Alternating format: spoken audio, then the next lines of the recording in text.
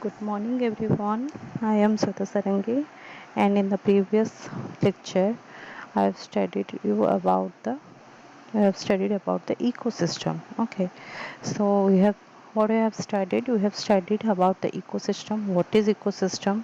So mainly basically it's a community of living organisms, and every living organisms is surrounded by every living organisms, and group of living organisms that live in and interact with each other in a specific environment. Then we have studied about the ecology. Mainly it is the scientific study of interactions of organisms with their physical environment and with each other is called as our ecology.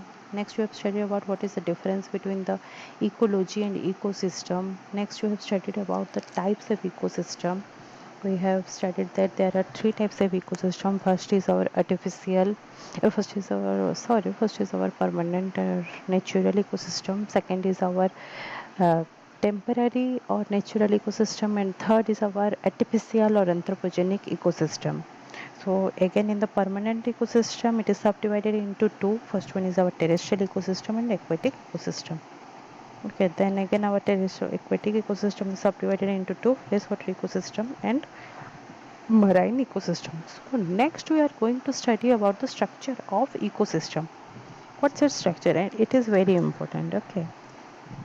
So it is a description of the species of organisms that are present, including information on their life history, populations, and distribution in space. So the structure of ecosystem provides information about the range of climatic conditions that prevail in the area, composition and organization of biological communities and abiotic compounds constitute the structure of an ecosystem. So according to Odum, for the trophic or the food point of view, an ecosystem has the following components. So first is our abiotic components and second is our biotic components. So in abiotic components, it is again subdivided into two. So first one is our climatic and second is our edaphic. Okay. So again climatic abiotic components is again divided into four categories. So first one is our rain, second is our light, third is our wind, and fourth is our temperature. In the same way, edaphic is again subdivided into four. First one is our soil, second is our pH, third is our minerals, and fourth is our topography. So this is the total abiotic components. Basically, it is divided into two. First one is our climatic, and second is our edaphic. Mainly, abiotic means the non-living organisms, the non-living things, or the non-living components in an ecosystem or in this environment. Okay. Next, we are going to switch about biotic environment. Okay, or the biotic component or the biotic structures. So, biotic component is further divided into three. First one is our producers, second one is our consumers, and third one is our decomposers. So, our producer is again known as autotrophs, which producers are mainly those who can produce their own food, and we know that all the green plants, these they are called as our producers or autotrophs. Okay, because they can produce the food. Second is our consumers or heterotrophs. Consumer means food which consume the food from the producer, and mainly consumer is fully dependent on the producer. And third is our decomposers or septrotrophs. That means which are these are those components which are here to decompose the which are present in the environment to decompose it. Okay, so the bacteria, the fungi, the microbes, these are the decomposers or septrotrophs. So mainly biotic components is divided into three. First one is our producer, second is our consumer, third is our decomposer. Okay. Again, again consumer is divided into four. First one is our primary consumer or herbivores. Second one is our secondary consumer or primary carnivores, and third is our tertiary consumers or large carnivores, and our last one, fourth one is our quaternary consumers or omnivores. So these are very important.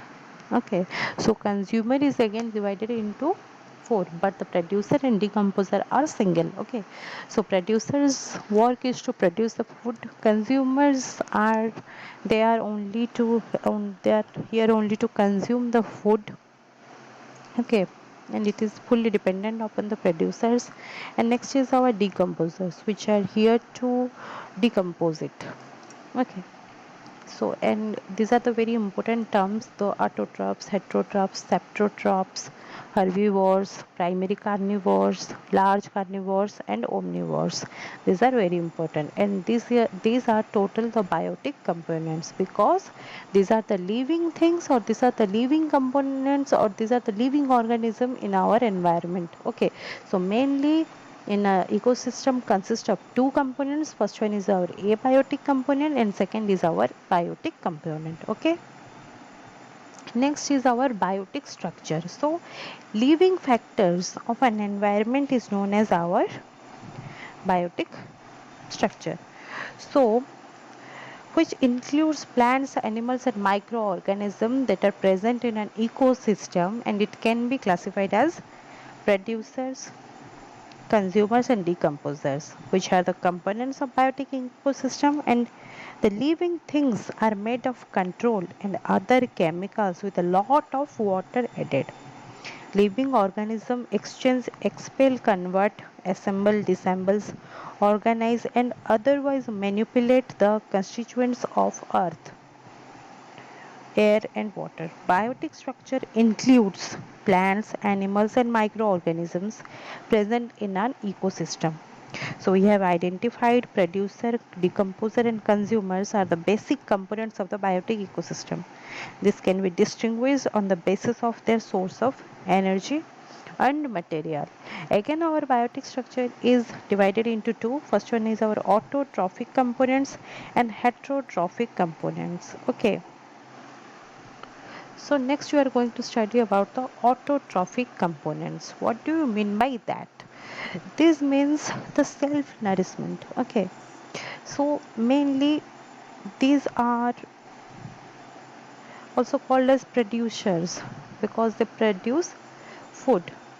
What they have done, they combine some light and simple inorganic substances and manufacture of complex material predominates. These are also called producers, which are using chlorophyll by a process called photosynthesis, and the chemical energy produced is only partly used and the rest is stored in plant parts. So mainly the plants use the sunlight and make it a simple inorganic substances, and it produce a complex materials using chlorophyll, that process in a process which is called as our photosynthesis. And the previously we have studied that the plants produce the food by the photosynthesis process. Okay, and the chemical energy produced is only partly used and the rest is stored in our plant parts. Next is our heterotrophic components. So these are also called as our consumers or other nourishment. That means this utilizes, rearranges, and decomposes the complex material synthesized by the autotrophs. The most intense heterotrophic activity takes place when the organic matter accumulates in the soil and sediments. These are also called as consumers. So they lack chlorophyll and are unable to synthesize their own food. Therefore, they depend on producers for their food, because consumers cannot synthesize. We are the consumers and we cannot synthesize our own food. So mainly we are fully dependent on the producers, and they are the they are the autotrophs which they can produce their own food by using the sunlight in a process that's called as our uh, photosynthesis. Okay.